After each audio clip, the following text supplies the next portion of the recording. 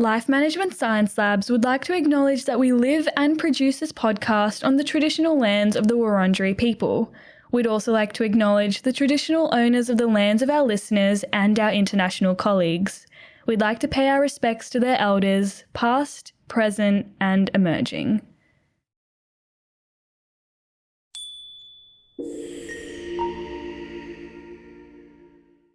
Hello everyone, and welcome to Bouncing Back, the Personal Resilience Science Insights podcast produced by LMSL, the Life Management Science Labs. We are champions of life management science, providing structured insights informed by science and inspired by practice on key aspects of conscious living. Each week, we bring you scientific and practical insights on each element with the expert knowledge of professionals in the field. I am your host, Joanna. Let's get started.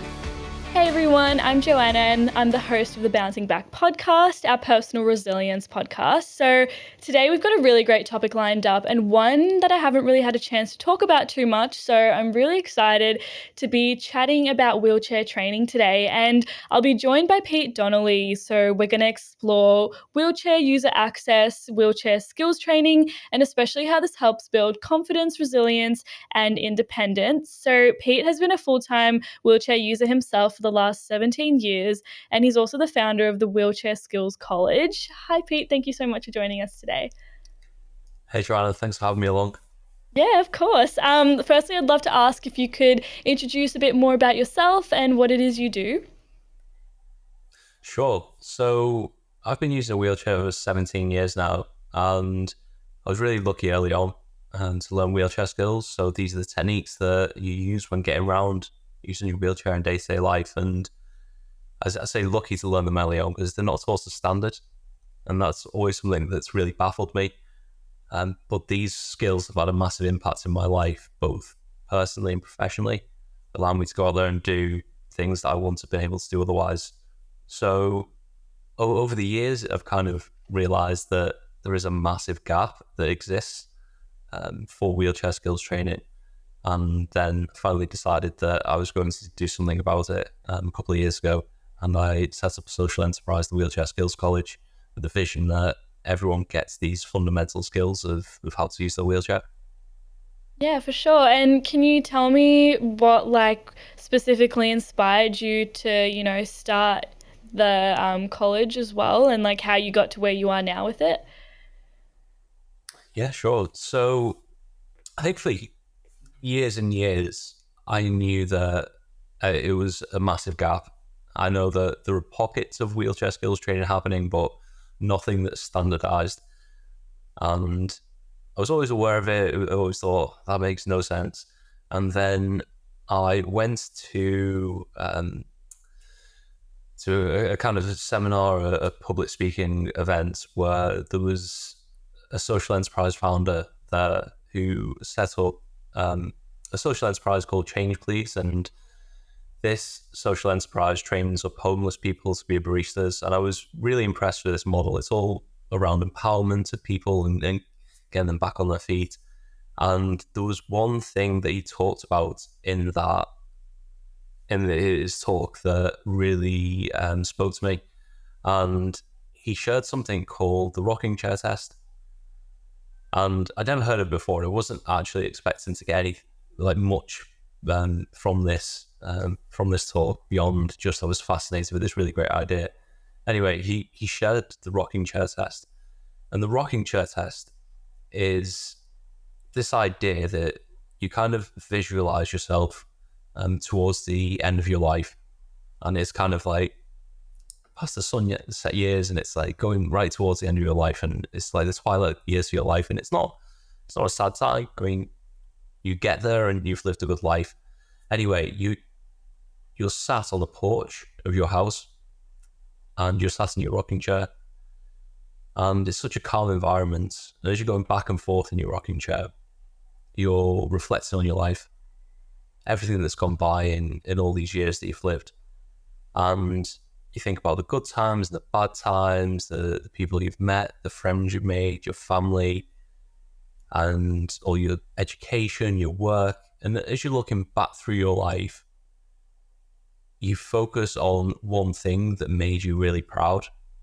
The things like, okay, that's the thing, the best thing that I've done. And the idea is, as you're picturing that and reflecting on it, if you've not yet achieved it, that's what you should aim for.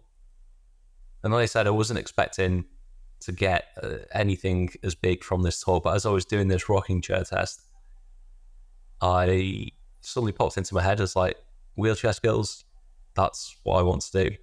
It's a cliche to say it's a light bulb moment, but it was an unexpected one. But I was like, actually, yeah, that's what I want to do. So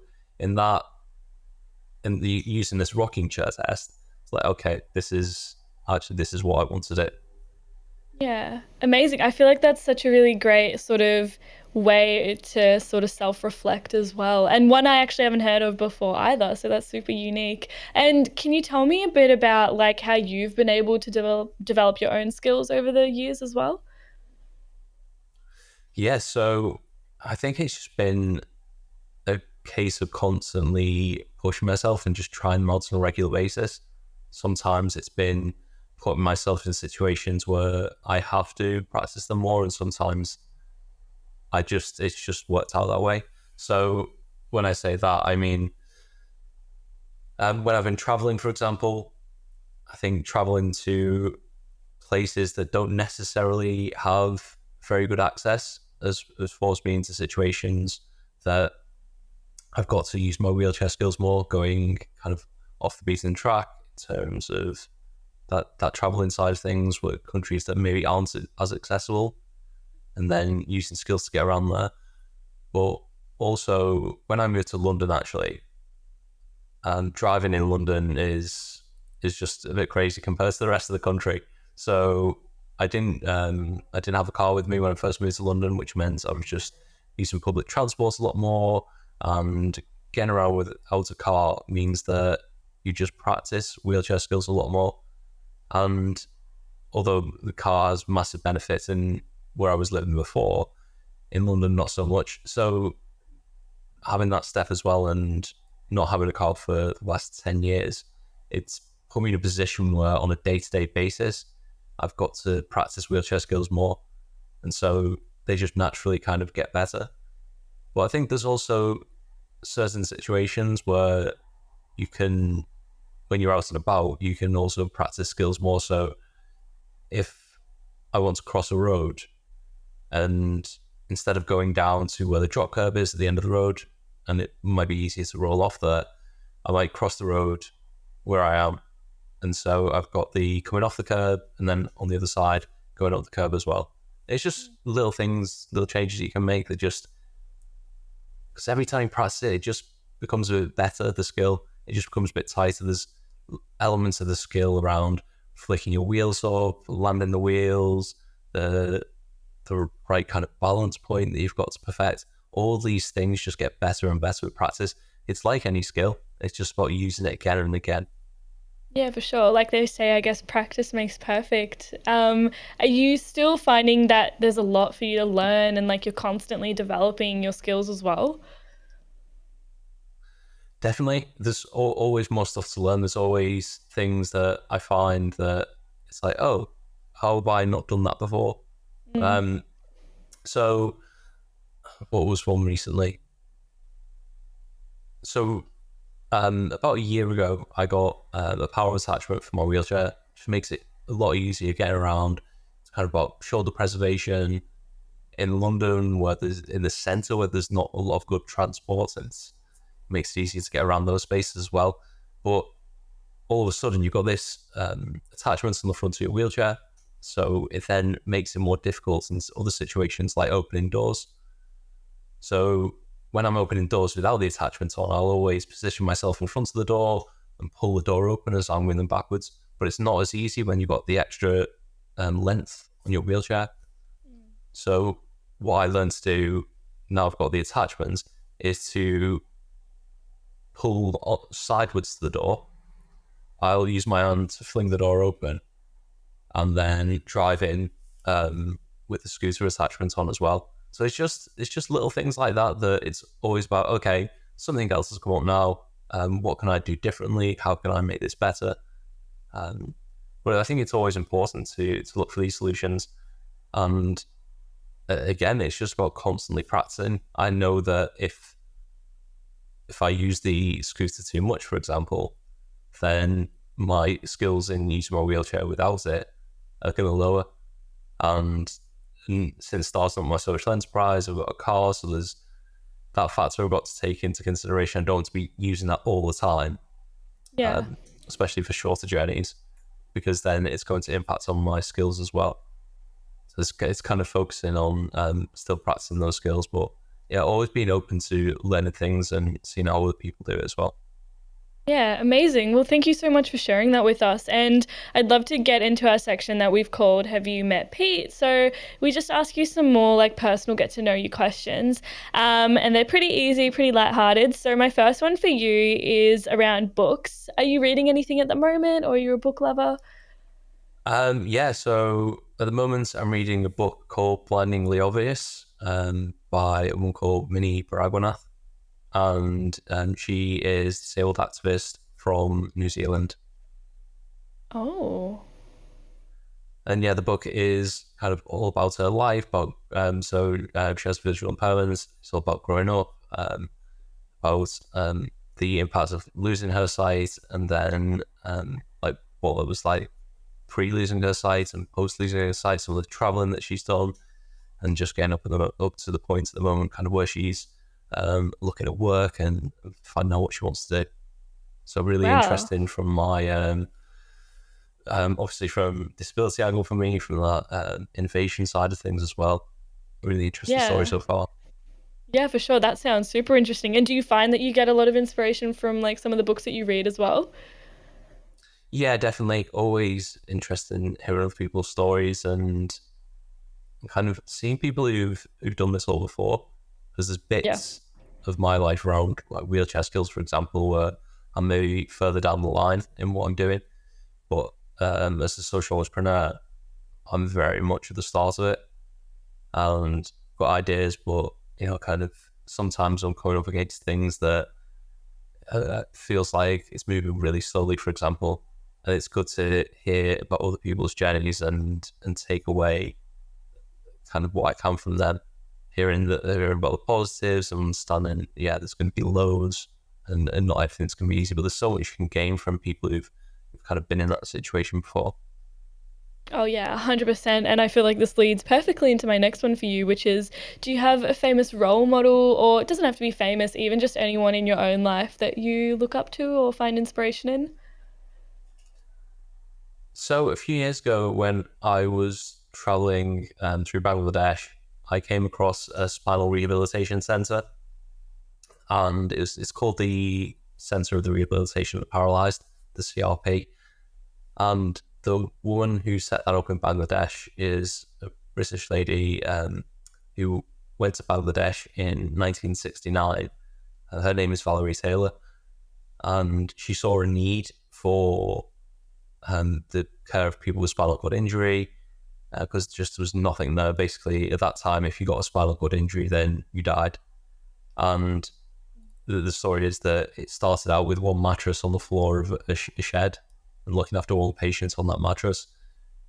By the time first went there in 2010, I mean, it's this amazing, almost like a little village that has 100 beds on the hospital unit. It's got a vocational training center. It's got a school for health professionals.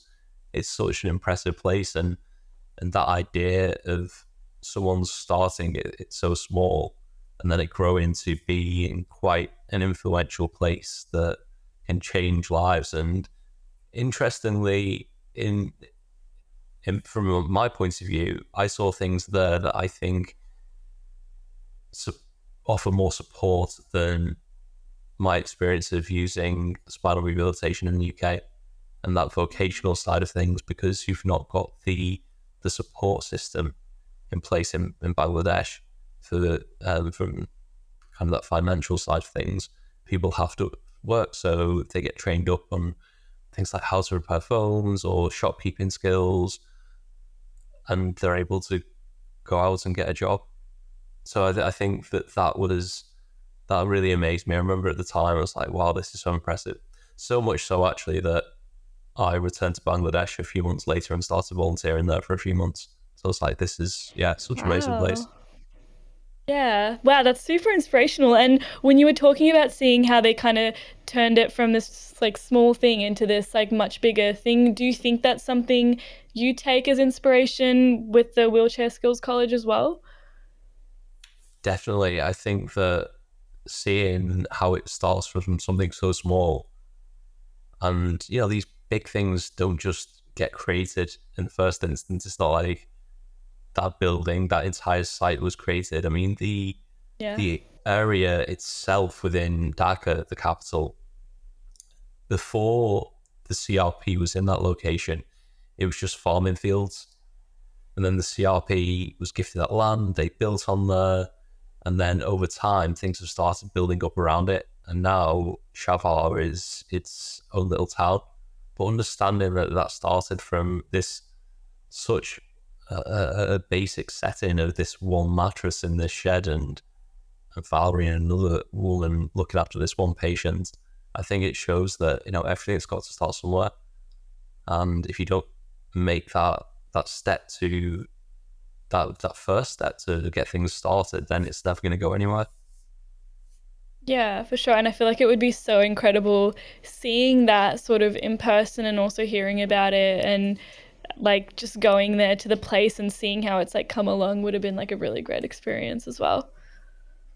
It really was. Um, And yeah. it just kind of, when you start looking at how many people it impacts, and then people who get trained up go off to other places. And I mean, I had quite a unique perspective on the place, because in between um, going there for the first time and returning as a volunteer, I actually broke my wrist when I was doing some downhill four cross. And so I went over there with a broken wrist, and I actually got treated as a patient by one of the hand therapists. So it's quite, yeah, that's amusing that I have kind of an extra insight into it. Wow, that's really incredible. Wow, honestly, I feel like having that experience and also volunteering there, how do you feel like that changed your perspective on things actually being like immersed into like a new sort of country and a new space and a new way of looking at life, I guess? Because it would be so different from like London or, for example, where I'm from, Australia as well.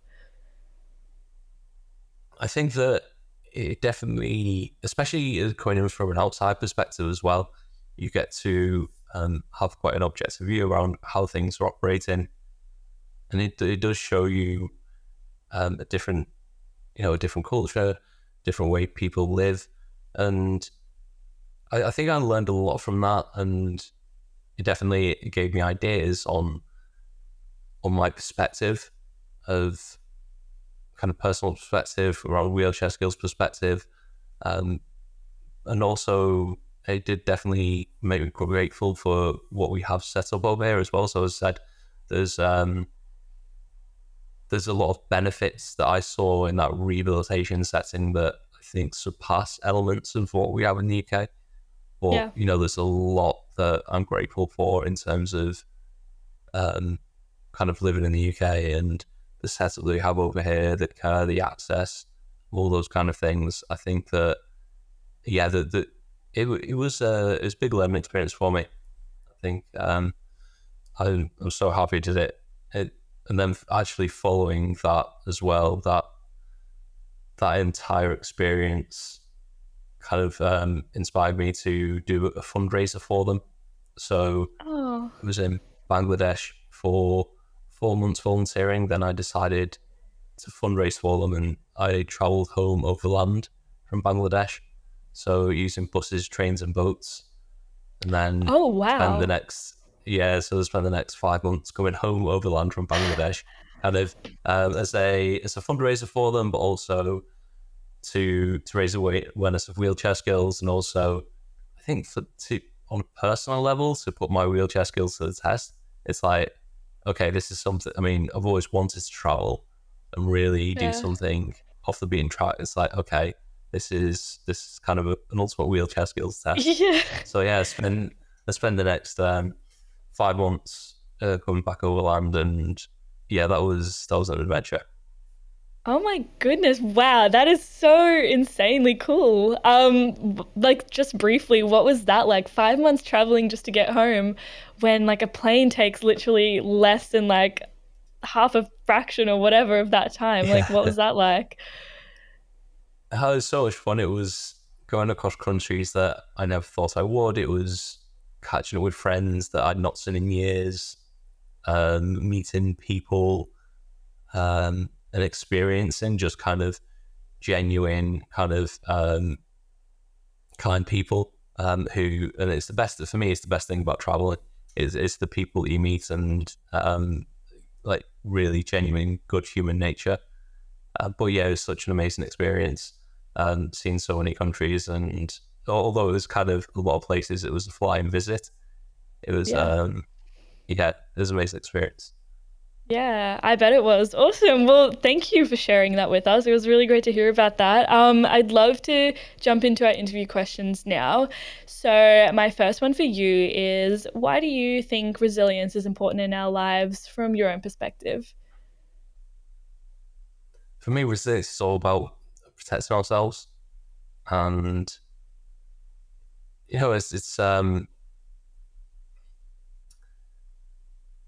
it's just about self-preservation and looking after ourselves. It's this idea that whatever we want to do, it starts with making sure that we're able to do it.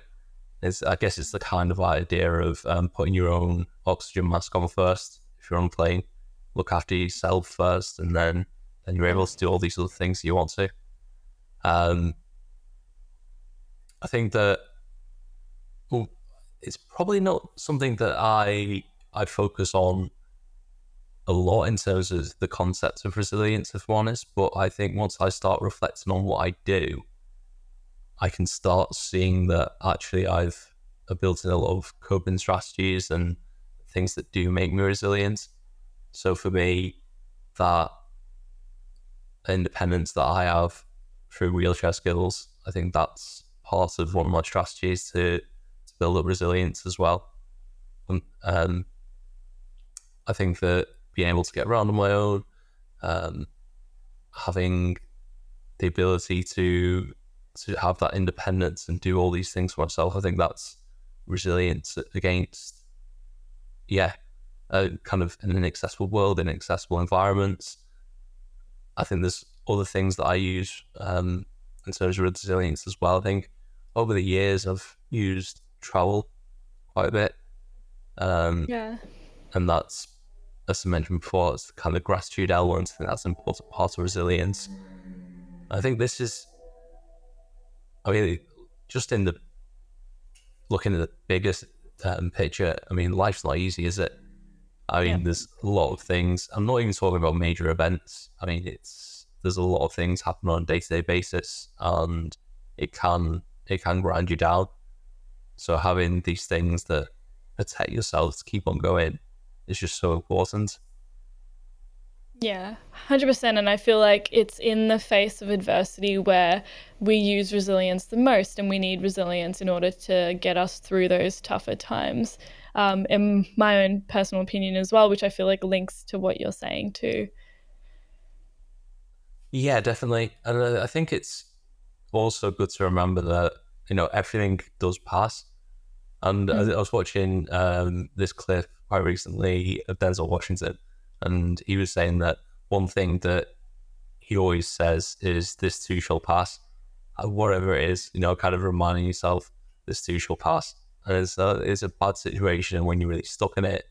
It's true, isn't it? We know this, that you look back at your life and all these things that you're really worried about at one point, you look back and maybe it's a day later or a week later or a month later, and you're like, oh, why was I even bothered about that? Yeah. And I think it's just a really useful, I hadn't heard that phrase before, this too shall pass, but you saying that, kind of whether it's a good thing or a bad thing as well, it's like, don't don't kind of get too carried away with things as well, because this too shall pass. And everything's kind of, everything's temporary in some respects, isn't it? And everything's Yeah. transient, and it's just really important to remind yourself about that. And I think that's another thing about resilience as well. I think what I like to do is look at the bigger picture of stuff, because looking at the bigger picture definitely puts things in perspective. And I think that definitely helped me when I first had my injury as well. Although I didn't frame it like that at the time. I think once I started thinking about things in a bigger perspective, then yeah, it definitely helps you think about the scale of the issue that you're dealing with. And I remember that after my injury, I had a good friend on the spinal unit, Tom. I was 19 when I had my injury, and he was a couple of years younger. And I remember that we used to go outside, having a cigarette, smoking at the time, which is a really bad idea. But we went outside for a cigarette, and this was a time when they just started putting kind of music on mobiles. That's how long ago it was. Oh my Anyway, one of God. the songs, yeah, it's a long time ago. So one of the songs that he had on his phone was Monty Python, the Galaxy song. I don't know if you Yeah. ever heard that before, but the song talking about how vast the universe is. And then, yeah, it was just funny because we used to listen to that song and it's like, oh, that puts things in perspective, doesn't it? Yeah, everything seems more manageable now. Yeah, for sure. 100%. I feel like when you're in the heat of the moment, you think that like the world is ending and like it's literally the end of the world with whatever's happening in that moment. And then you look back on something like for now, I'm sure everyone can do it. Like you look back on an experience that you've had and you think about how insignificant it is compared to like things in retrospect and like the grand scheme of life and stuff like that. And I feel like resilience comes into play because if you can get yourself out of that situation, you can really see how like like you said, this too shall pass, and like it's not the end of the world with whatever's happening there, as long as you can get yourself out of it. Definitely. And I think an important part of that is also not just repeating the same things in an echo chamber of your head.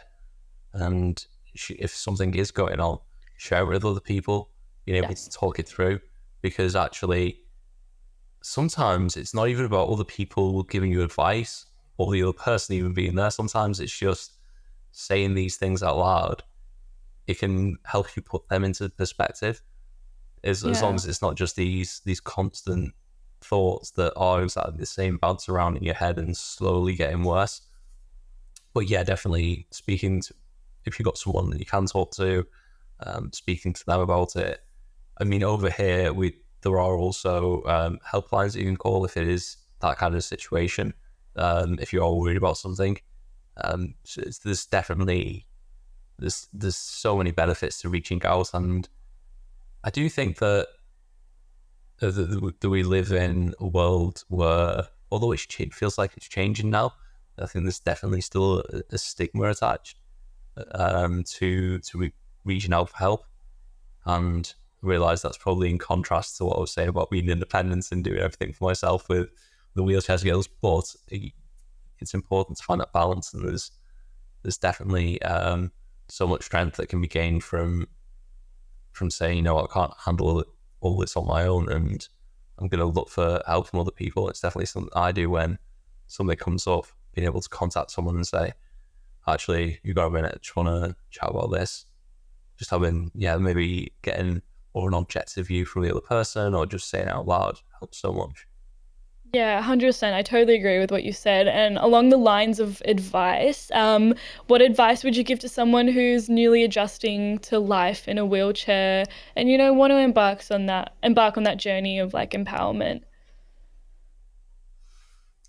So when I think back to my injury, and I think there's so much that I've gained from other people and hearing their stories. But I think at the start of it is understanding that everyone's journey is unique. I think that uh, kind of injury wise, everyone's got nuances with their injury. Everyone's at different places before their injury. I think the journey that people go through and what they want to do after their injury as well or in any Yeah. situation, I think that's what I'm getting to. Any situation, people's journey is unique. So understanding that, and giving yourself time to deal with that and to find your way. Um, Yeah. I think looking at and understanding and grieving that sense of loss is part of that.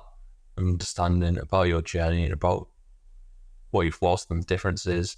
And it's not something I recognized at the time. I was just very much in the situation, but reflecting on it now, I can see it as going through that grieving process and the 5 stages of loss. So denial, anger, depression, bargaining, acceptance. I can definitely, as I'm looking back, I can see going through all those 5 stages.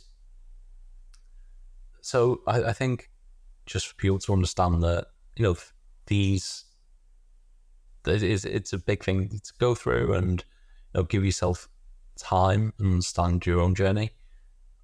For me, it was really important going out there and trying things as well. So early on, I was kind of going out there trying new sports. I was learning to drive. I went back to a degree that I dropped out of, to kind of get some education behind me. And so going out there and trying new things was really important. And getting peer support as well. So again, connecting with people who've been through similar things, knowing that you're not on your own. And although the situation might not be exactly the same, it's understanding that, actually some of these things that you're going through, other people have been through before as well. And although it's a very personal thing going through it yourself, there are things that you can learn from other people, both in what they did, but again, understanding that, this things can get better, things will get better, and this too shall pass. We'll kind of move on to something else. So I think that as people are kind of maybe using a wheelchair for the first time, and also from my own personal perspective as well, I guess, learning about what life's going to be like. I think we're in a world that's more connected than ever now, and social media has so many benefits in terms of connecting with different communities. And it's a big change from when I first had my injury and we were only getting music on phones, but now we're so connected. I mean, you've got so many social channels and more people posting more content on there from a disability perspective as well. There's so Yeah. much out there at the moment, and I think that's such a great way to find information and wants to share kind of a wide variety of topics to do with kind of wheelchair use, whether you're looking at equipment, activities, all kinds of things. Yeah, for sure. And along the lines of like different equipment and like social media, do you think that there are any other like technological advancements or sort of adaptive equipment that kind of has helped really improve the field of wheelchair training? So I think the biggest change, and we're going back quite a while here, but lightweight wheelchairs are still the biggest step forward. So Yeah. chairs that active users use and that are custom made and lighter frames, they definitely make the biggest difference. And the reason I mention that, although it's not new, when you start using a wheelchair, you just might not know about it. So I think that's something that needs to be focused on a bit more, kind of getting people the right equipment. Because although I wouldn't say it's a particularly new piece of technology, I do teach wheelchair skills, and some of the young people I've been teaching wheelchair skills to have these big bulky wheelchairs, and they're so inhibiting in terms of holding them back from what they could achieve. And getting the message out there that actually this is why it's so important.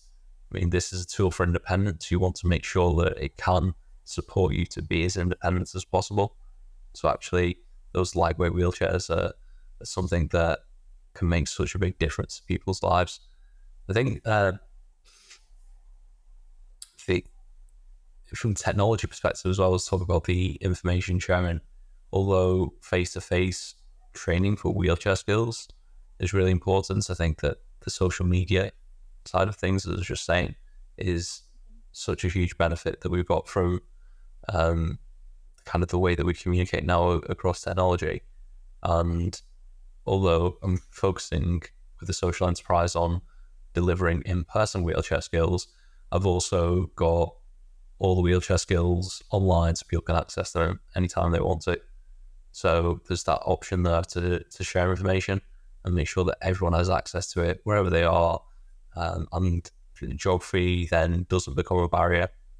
And yeah, it's just such an easy way to communicate information to people on quite a big scale. Yeah, for sure. And you've been talking about this idea, like you said, of overcoming barriers. So, how can individuals like reframe their perspective on disability to focus more on the opportunities that it has and how they can focus on like their abilities and their potential?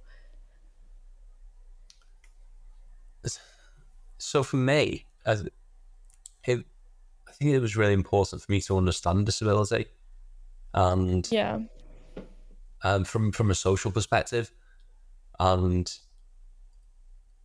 there are, it's probably something that I didn't understand at first, and it was a negative perception around disability that I had, and of using a wheelchair and how limiting that was going to be. But it was that internalized ableism, and I think that it was it was understanding around the social models of disability, and it was years before I came across the social models of disability that really helped me understand where the barriers lay. So historically, it was the medical model of disability that focuses on the person being the issue and the fact that they can't do things. And that's the reason they can't access all these things in society. And the medical model very much puts the onus on the person being the issue.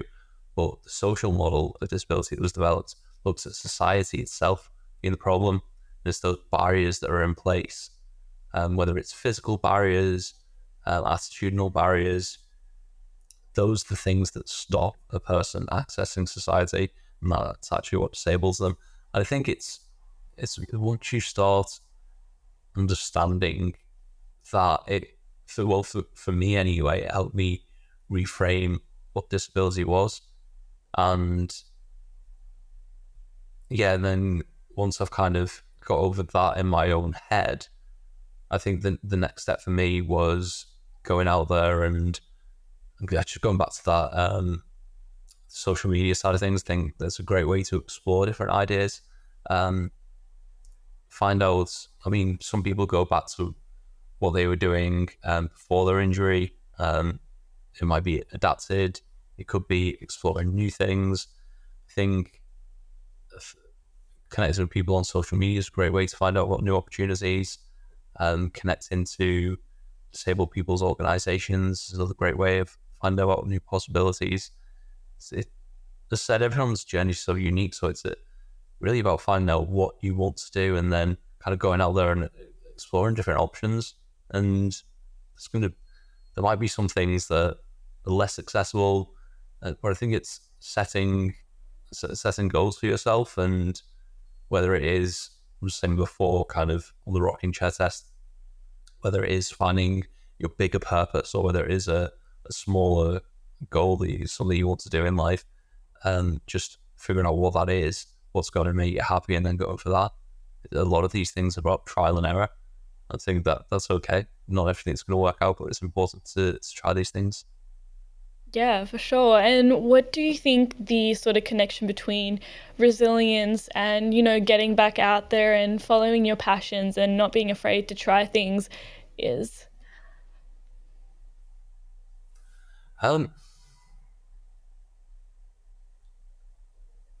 so I guess having those tools for resilience is really important, because not everything's going to work out. And as we were talking about originally, kind of resilience is so important to protect yourself. And I think this is true whether You look at the disabled, non-disabled community as well. There's just so many things in life that comes up. So having those tools to make sure that you are resilient, and then when things don't go right, then you can keep on going. I think that's so important. I don't think that going out and trying new things will come without errors and will come out without things that are going wrong. Yeah. And it's being able to keep on going forwards and keeping the idea of, kind of actually kind of use it as a learning experience and not being taken down by it. I think that's really important to do. Yeah, for sure. And I feel like that's where sort of not fearing failure comes in as well, and being okay with the fact that you could try something and it might not work out, but it doesn't mean that you shouldn't keep trying either. Exactly. Yeah, I think it feels like we're a cliche to say that every opportunity is a learning experience, but it's Yeah. true, isn't it? And if it doesn't work out, it's kind of better to have tried it and not made it than always thinking, oh, well, what would have happened if I tried that? I think that that's an attitude that I've always had, and it's probably something that scared me into trying things early on. Actually, even soon after my injury, um, when I was still in hospital, having this idea that if I woke up 20 years down the line and realized I could do something at that point, I would have looked back thinking, oh wait, I could have done that all this time. And then I've only just started doing it 20 years down the line. So Yeah. trying things early on was always really important to me.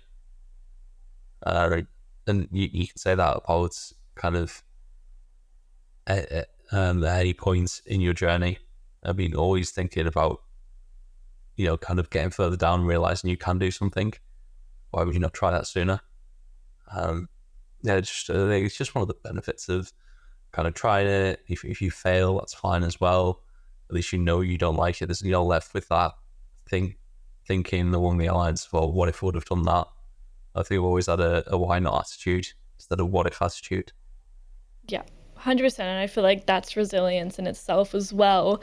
Also, are there any like specific organizations or resources that individuals with disabilities can turn to for guidance when they're wanting to pursue their interests or passions?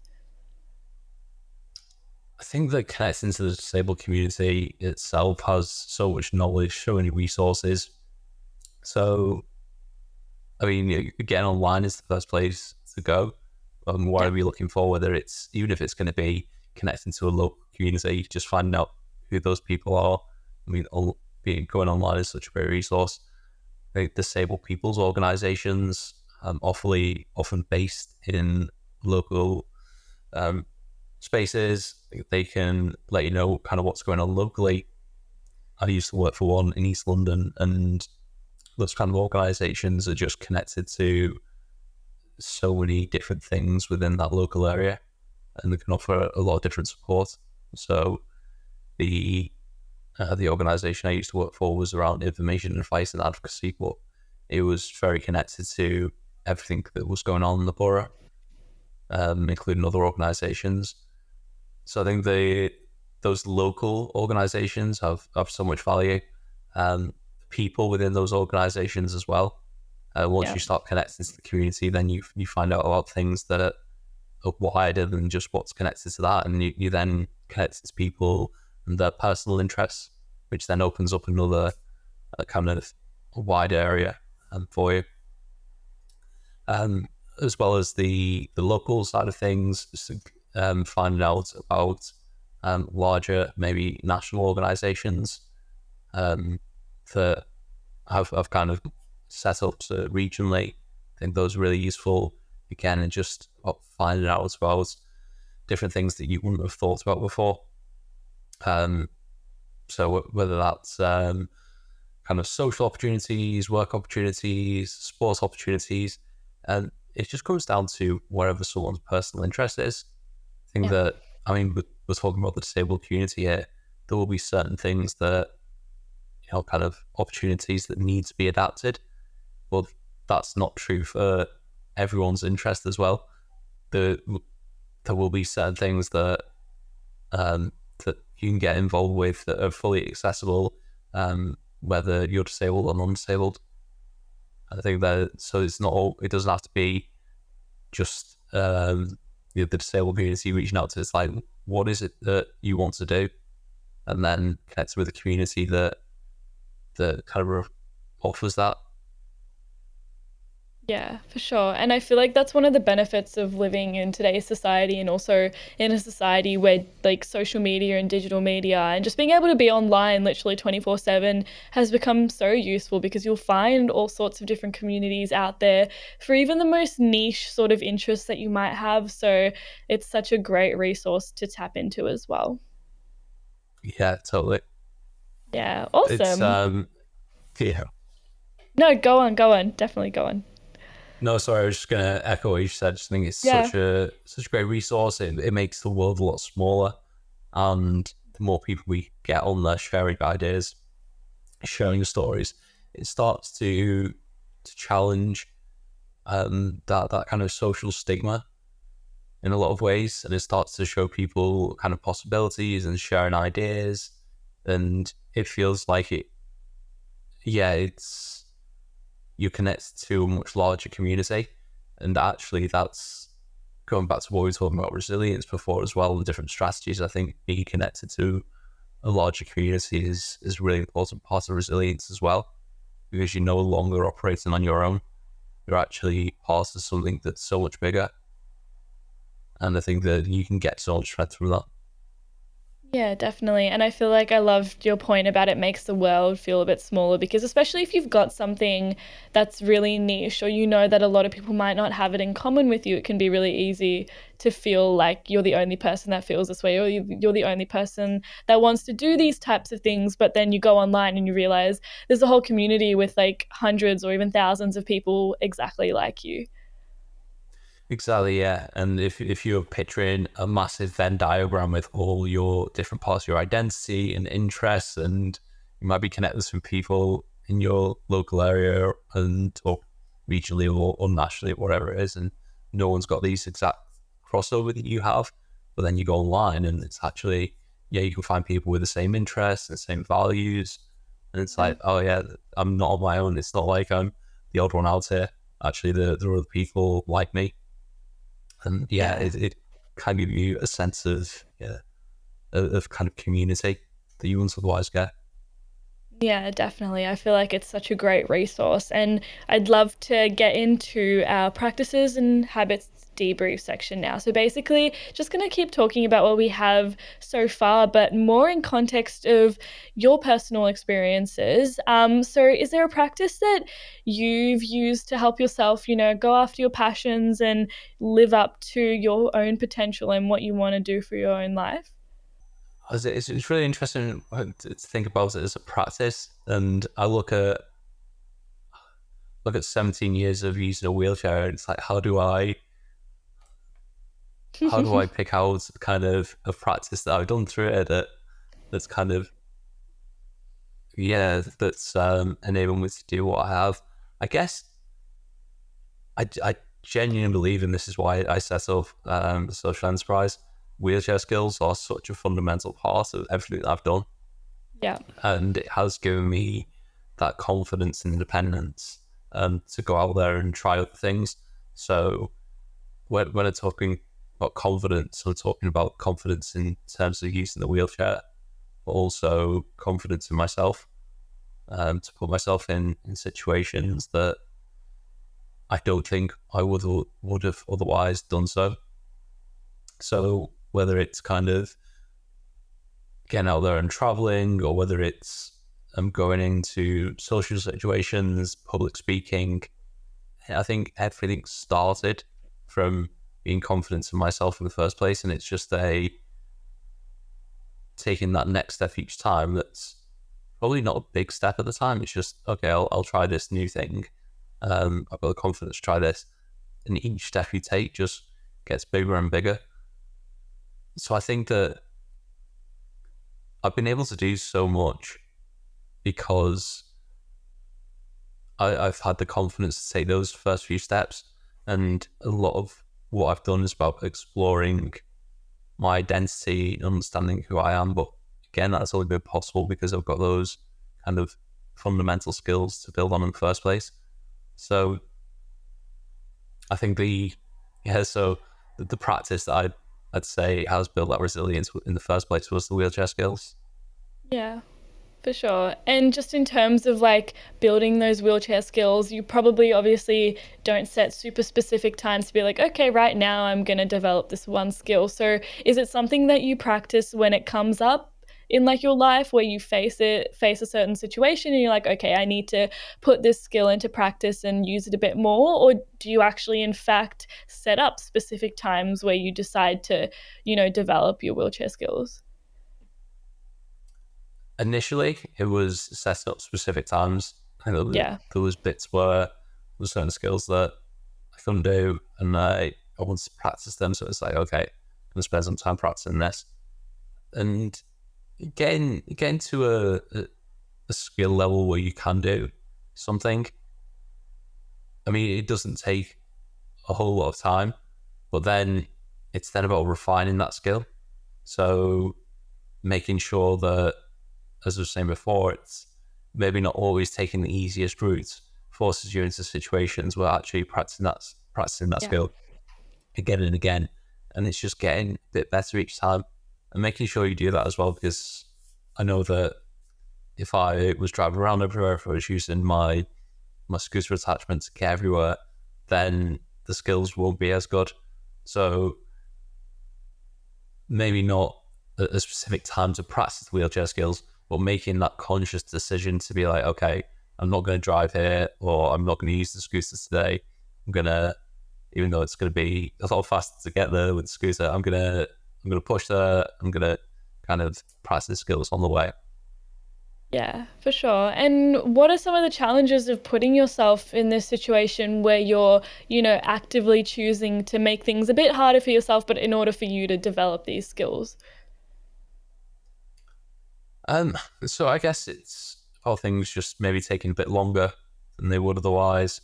Yeah, Um, kind of it's especially if you're going over long distances, might be more tiring.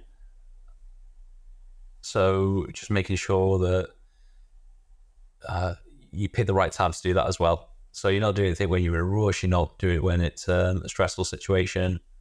Um, you're picking times that it's going to be okay to be a bit tired as well.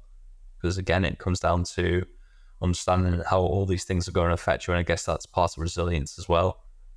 yeah, Like picking out those times where you can afford to spend a bit more energy or spend a bit more time, and understand that everything's got its cost. And yeah, picking the best times to be able to take a bit longer to get there, and when's going to work best for the practice.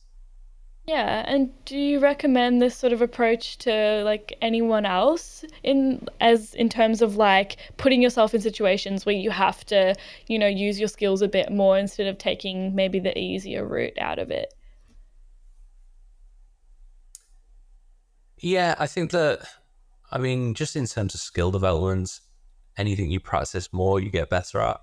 Yeah, And it's much better to do these things when, um, yeah, even when you have the option of kind of maybe taking a faster route, that skill development can pay off to either develop new skills or retain the skills that you've already got. And talk about wheelchair skills there, but also, yeah, I guess that works for any set of skills. Now I'm going through my brain now trying to think of some of the skills that it applies to. It's too early to log in anything, but yeah, it's yeah. I think it does work in just in general skills development, doesn't it? And I think yeah. about what you want to develop and put yourself in situations where you're constantly practicing that. Yeah, for sure. Well, thank you for sharing some of your personal experiences with that. I'd love to get into our questions from the audience now. So I've got a few here for you. And my first one here is for someone new to wheelchair training, how can their surroundings help them stay motivated and resilient, especially during like those early stages of learning these new skills? also talking about before, connecting to the community is such an important thing. Yeah. Everyone's journey is unique, so understanding that and finding what works for you, kind of what can you take from the community and what do you need, giving yourself time and not pushing yourself too hard as well. Kind of take your time, start with the easier things. Kind of, there are some things that are just easier to do, and going out there and going for a push around the park, just anything that kind of keeps you active, gets you out into some green space, kind of gets you fresh air. I think, yeah, accessing things that you wouldn't on a daily basis is really important. And ultimately, that's what wheelchair skills are for. It's about getting you back to things that you'd be doing on a daily basis. So I think when you're focused on these initial goals, and it can feel overwhelming looking at kind of goals on these bigger scale of things of finding purpose. But it's okay to be like, okay, while I'm thinking about that, I'm going to go out and do these things on a daily basis. And then all the time, again, you're doing things that need to be done anyway. You're practicing these skills, and then you can build up over time. Yeah, of course. And also just in terms of like people that are new to this kind of is my own question now. But I feel like there must be sort of like an emotional or like mental barrier that must come along with this, especially for people who are just learning how to do these skills, and it might be frustrating or it might be really challenging. Do you have any advice for them in terms of, dealing with that mental or like emotional toll that might come along with it? So I think this is going back to this kind of social perspective of disability as well. I think that's something that can take quite a toll on you when you're first using a wheelchair. Kind of disability is still seen as something that's wrong and that doesn't fit in. And I think that can be a big toll. And as well, dealing with this in the first instance, it's definitely, for me, I definitely recognize that it was that internalized ableism. And that was a barrier for me initially, like perceiving what could be done. Yeah. I think that as people are connecting to that community, seeing other people, what they're doing, and exploring. So we've talked about exploring activities and from that side of the community, but also, there's a lot of people with really great resilience and techniques as well. And there's so many options to find out what works for you. So I think, Yeah. again, kind of researching different different resilience techniques, what works for one person will work for another, to find something that works for you. And over the years, kind of one thing that's been fairly constant for me is I've always water skied, and I think that's the point for me where I really kind of disconnect from work or life stress, and as a sport that gets me out of gets me into a better headspace rather. I think that's important, just to kind of explore these things. It might not be what the first person suggests to you, and that's okay.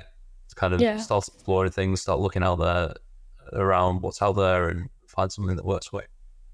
Yeah, for sure. That was super inspirational. Thank you for sharing that. And my last question for you is, what are some safety consideration and tips that you have for wheelchair users, especially during training, when it might be like outdoors or some more challenging environments? So wherever I'm teaching wheelchair skills, um, beyond the basic skills of pushing and turning, always use a spotter. So a spotter is someone who stands behind the wheelchair when you're practicing things like curbs or back wheel balance, and they are there to catch someone if they fall. So they're behind the wheelchair and they use a climbing sling loop behind the back bar of a wheelchair, or maybe got their hands under the handles as well. Um, because that can be a massive dent to your confidence if you're practicing the skills and then you do fall over. So Yeah. having a spotter behind you gives you that confidence that you're not going to fall, but also gives you the freedom to make a couple of errors and learn from those mistakes as well. I think it's also important to know how to fall properly, because it will happen. But if you don't fall properly, then that can mean a trip to the hospital, whereas falling properly can just leave you with some sore shoulders. So there's a big difference between knowing what to do in that situation as well. So again, we keep on going back to looking online, but again, there's so many great resources. So I mean, I've got videos on how to fall properly, around spotting, so making sure that you are making it as safe for yourself as possible. So those two things I definitely say. Yeah, I'm super curious, but how does someone fall properly? So when you're falling backwards, it's all about making sure that you don't hit your head. As I say, if you fall backwards, hit your head, that's when you're going to be going to hospital. Whereas once you realize you're falling backwards, you get your chin on your chest and try and arch as far forwards as you can in your wheelchair. And then as you fall backwards, you're keeping your head off the ground, and you're going to hit your shoulders, and it's not going to be comfortable. But it's that difference between, kind of going out and getting back in your chair versus going to hospital and getting x-rays and whatever might come with that.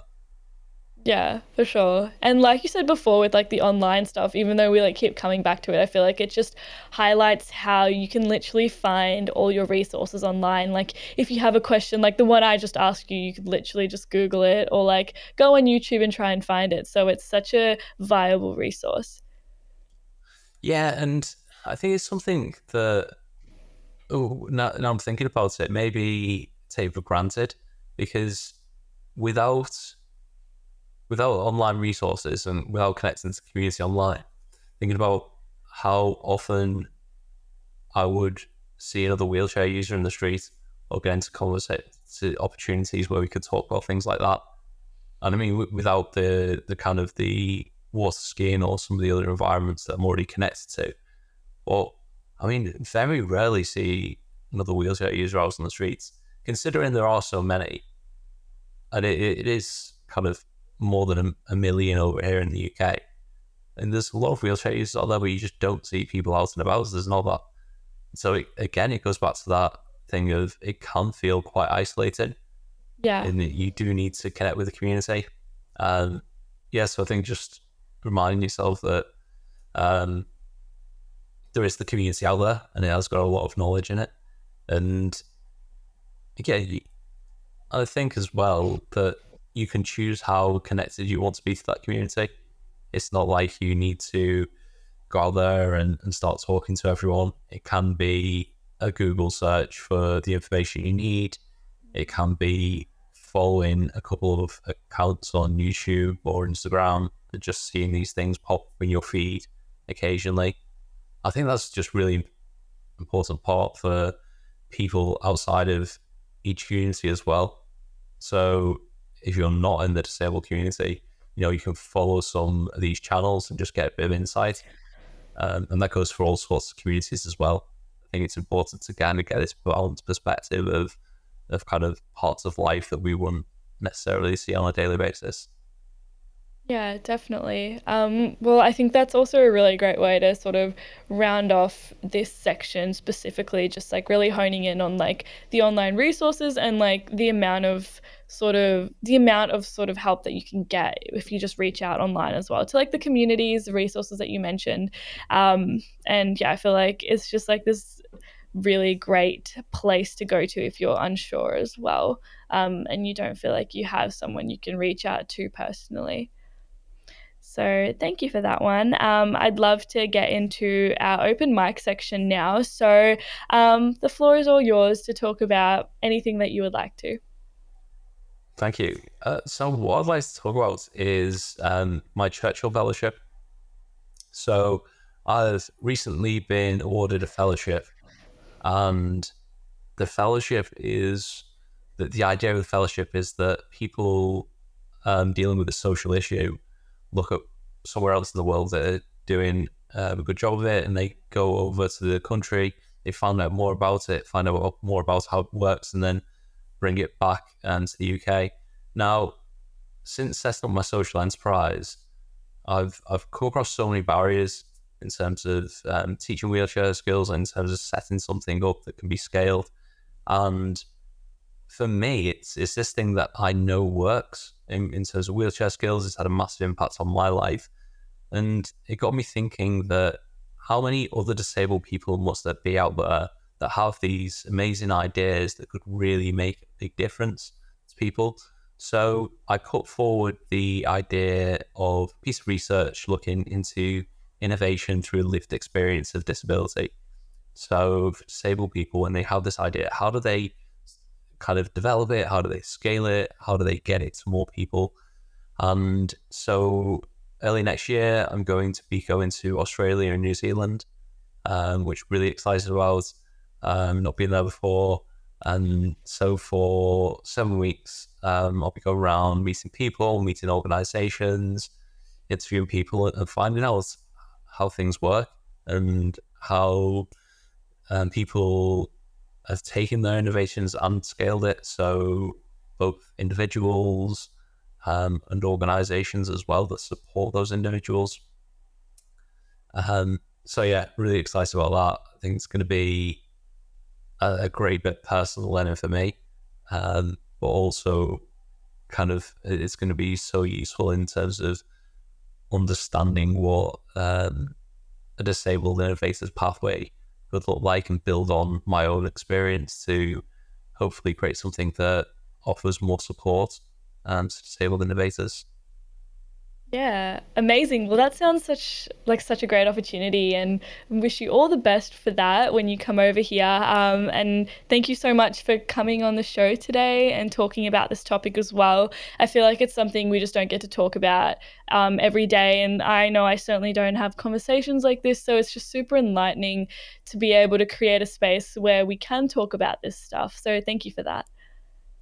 Thanks for inviting me along. It's been great to talk about. Yeah, amazing. Well, just to round off today, for anyone looking to find out more information about yourself or what it is you do, where can they go? So for to find out more about wheelchair skills, my website is wheelchairskills.org.